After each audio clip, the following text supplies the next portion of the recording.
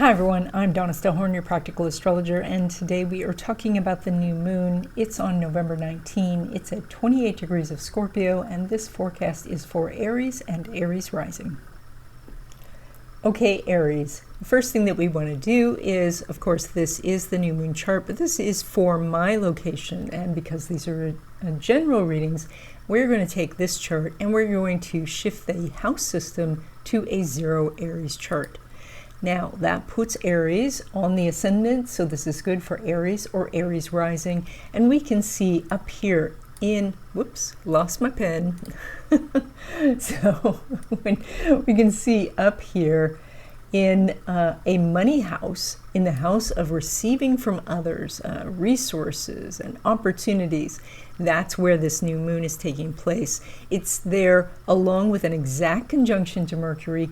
That is a Cazimi Mercury retrograde walking into that sun-moon energy. Now, when that is happening, when we combine the energies of the sun and Mercury, we do get enhanced communication, enhanced thinking ability.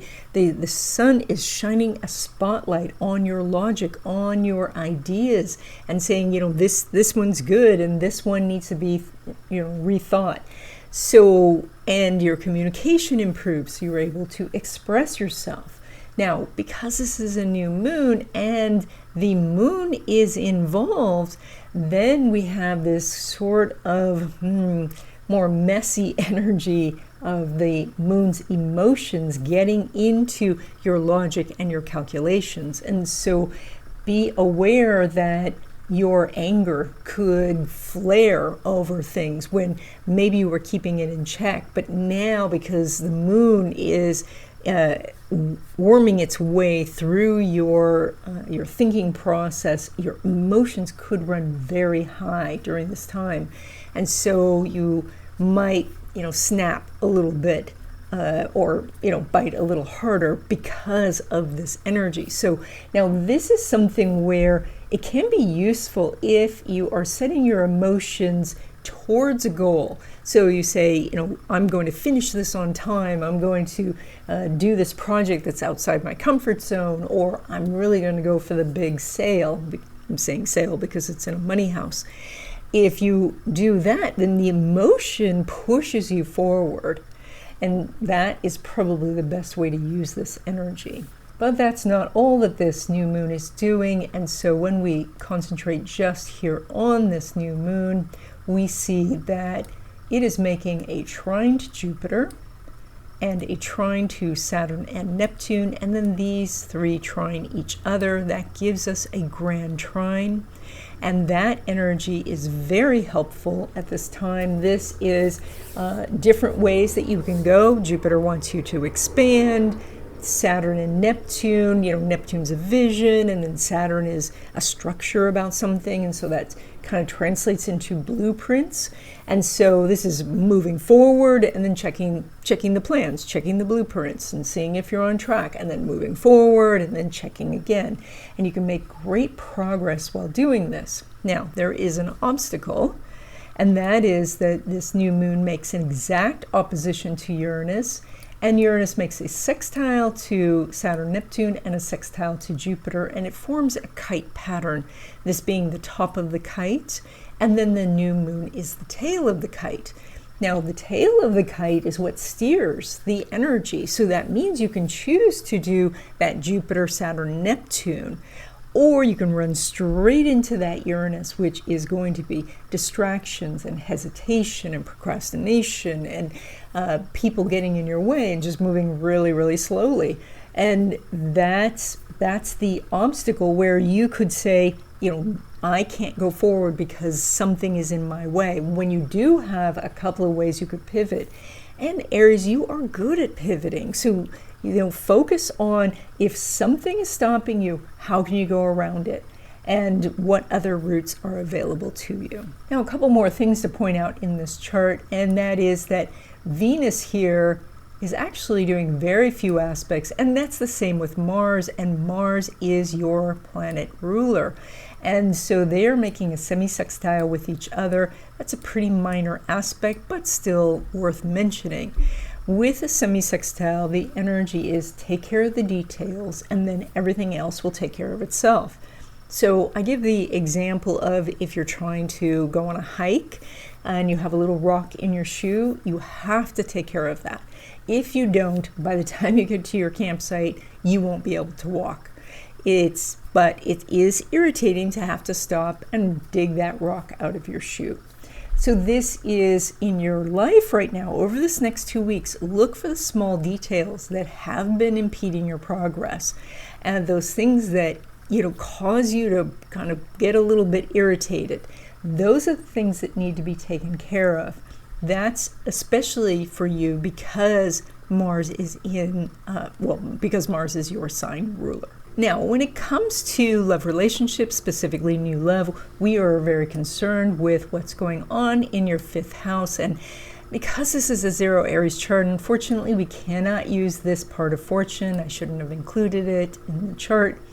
So that would mean there are no planets or points in this house, but it is ruled by the sun. We can see that with the Leo on the 5th. And so then we want to see what relationship there is between the sun and your planet ruler Mars. And currently, there is no connection between these two except for a hidden connection. And that is that the sun is in Scorpio, and Scorpio is co-ruled by Mars. Now, this is also in your house of intimacy. And that means that even when you're in places where you wouldn't expect to meet someone, you could find someone with whom you have really good physical chemistry, where something moves from a casual acquaintance to something more intimate really quickly. Or if you are looking for a very short-term physical relationship, you have really good energy for that right now.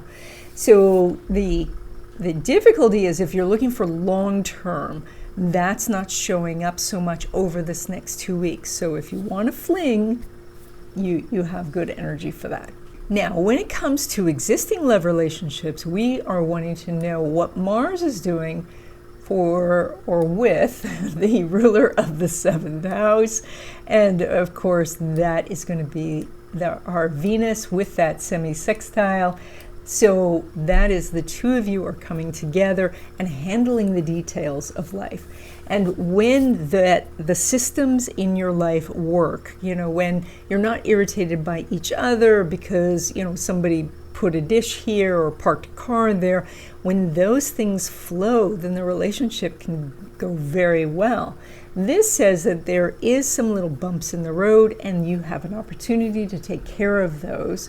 And through communication and connecting, and also your understanding of your partner, how the two of you have a connection, that it may be a psychic connection, it may be a spiritual connection, it may be that you've just been with each other for a long time, so you know each other, and so this is an opportunity to smooth out some of the bumps in the road, the minor ones, and that makes everything better. Now, when it comes to your money, we are looking at what is going on with the ruler of your 2nd house, and that is Venus. And besides that semi-sextile to Mars, it's also making a sesquiquadrate to Neptune. Now, a sesquiquadrate is an aspect of making adjustments. It is about continually making adjustments until you find something that works. So that is also that even a win causes new responsibilities and new things that you have to do. So I mentioned the story before, but this is the energy of a sesquiquadrate to me is like when you go to the county fair and you play that game where you bounce a ping pong ball, it goes into the little bowl, and you win a fish. And that's great. And everybody's cheering, you won, so amazing, but now you have a fish. And that means you have to leave the carnival and leave your friends, and you have to go over and get a fish bowl, and you got to get the fish food, and it's a little goldfish. So for the next 25 years, you have a fish, or you have to find a good home for the fish. So you suddenly have these new responsibilities based on a win. based on something that was beneficial. So this is like, with this aspect, this would be kind of like getting funding for a business, but now you've got paperwork, you have people that you need to hire, you have expansion to do, all good things, but they mean more responsibilities, more things that you have to do in general. So keeping an eye on that. This Neptune is so close to Aries. It was in Aries and it's going to be back in Aries in January. So, but right now this energy may feel a little murky, a little bit like, don't know if I'm really clear about what these benefits could be. So that could be that the universe does surprise you with this. So over the next 2 weeks, watch for the signs of the universe and a door that's opening. I just wanted to jump in really quick to say that my big class on predictions is coming up soon. It's on November 9th. We're going to be talking about the year of the fire horse as well as Western astrology predictions. And so if you are interested in what's ahead for 2026, then there is a link in the description with more information and to register. Now, when it comes to money from business or investments, we want to see how your planet that rules your money house interacts with the ruler of your 8th.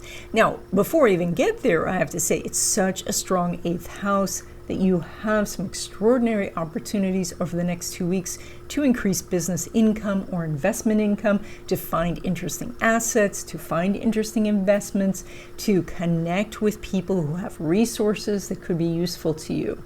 Now, this Venus is not making an aspect with Pluto, but Venus is making that semi-sextile to Mars. And so that would be finish filling out that application, make those emails, send out the emails that are going to help you connect with people. Look at your investments and look down at the details of those investments and so forth. This is a very strong energy. It's easy to miss if you're not actually working with it. So as you work with it, you're going to find that benefits can come in. Now, when it comes to money derived from career, so that would be a paycheck, now we are seeing how that Venus, which rules your 2nd house, is interacting with both Uranus and Saturn, basically the rulers of your 11th house being money derived from career. So, and Venus, being not very social right now, is not making an aspect to Uranus. Here's our Uranus here. Nor is it making an aspect with Saturn. So the difficulty is that there's a disconnect between what it is that you want and what it is your supervisor wants for you. So the challenge here is to try to be patient, because there's no aspect. It's very difficult to get something going, to get some good results. It would be better to focus your energies on other things, especially your own business or your own investments or creating passive income sources. That is much stronger with this chart than the just getting money from a single source like an employer. So focus on other sources of money, and this energy will line up better in the future. With an astrology reading, you get more information about who you are, your talents and abilities. You get to see what obstacles are ahead, and you can get a game plan for how to get past those obstacles and find success. So if you're interested in having a reading, there's a link in the description.